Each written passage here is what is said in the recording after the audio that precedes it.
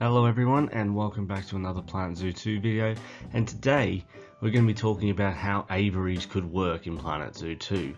So aviaries have been a topic of discussion for a long time with Planet Zoo, and we've often more so looked at the kind of birds that we can get with aviaries, not so much as to how they could work.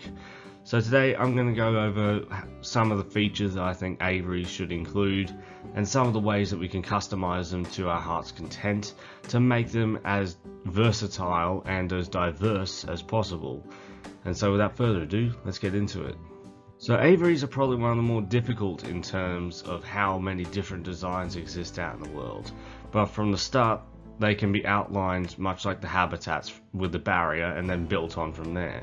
When it comes to constructing the canopies of the aviaries, these could be made particularly versatile with the ability to morph and stretch the mesh in particular to create different shapes and either rounded or have peaks to them. As the habitat would have a canopy setting, a roof would already exist to the aviary.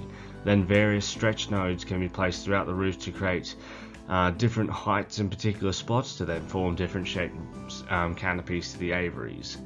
These nodes, once finished, would automatically place a toggleable support beam that can be removed to allow players to create their own. Like the current habitats, the material can be changed between various barriers, including the wood, mesh, glass and knoll to the player's content.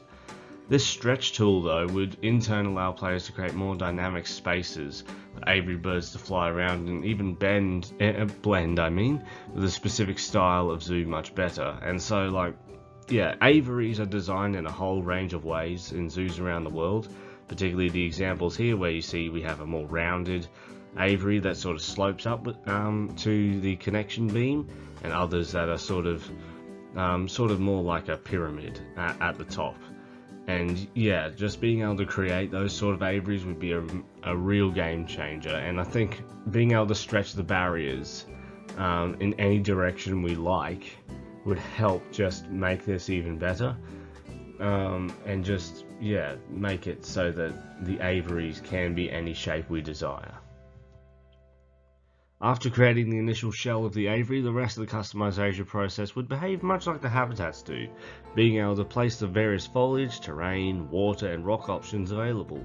And with the variable height that the aviaries can be given, natural scenes can be created like magnificent cascading waterfalls with wetland waterfowl at the base of it or even in the trees.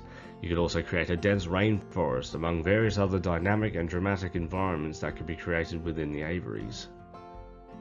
Birds are added to the habitat via a carry crate of varying sizes depending on the size of the bird, with most of the flying species able to be carried in an animal carrier, with larger species like shoebills being released from a wooden crate that has a sliding door.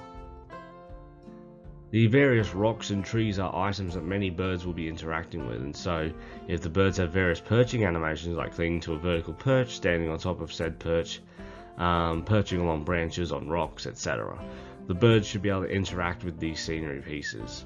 Another set of items are the food and water dishes. I think taking a considerable amount of inspiration from Bird Paradise in Singapore is good for the aviary system, as they use many different techniques specifically designed for bird husbandry. And one of these is a perched feeding bowl with a perch around the edge that the birds land on and then feed from the bowl. This could also be designed similarly with a water bowl instead. And they can come in multiple styles too to be able to blend in with a variety of builds. In terms of shelters, birds should be able to utilize normal hard shelters, but adding nest boxes, nest posts and nest ledges of various sizes to accommodate different sized birds would be more realistic and easier to incorporate into the aviary setting, or at least it would blend more seamlessly. Hopefully many birds will display their correct nest designs and techniques, as well as also this being where the baby birds are hatched and then they make their way to the ground in however manner they please. Staff will access the aviaries via an airlock gate system with one door and space on the aviary exterior, and then the second door which is attached to the main aviary's barrier, which then leads into the aviary. Like with a normal habitat gate, staff enter the exhibit and do their tasks, with keepers actively traversing the space, as unlike the exhibits that I discussed in my last video, there is plenty of room for the keepers to move around and restock feeders, refill water dishes, replenish enrichment and clean up bird feces.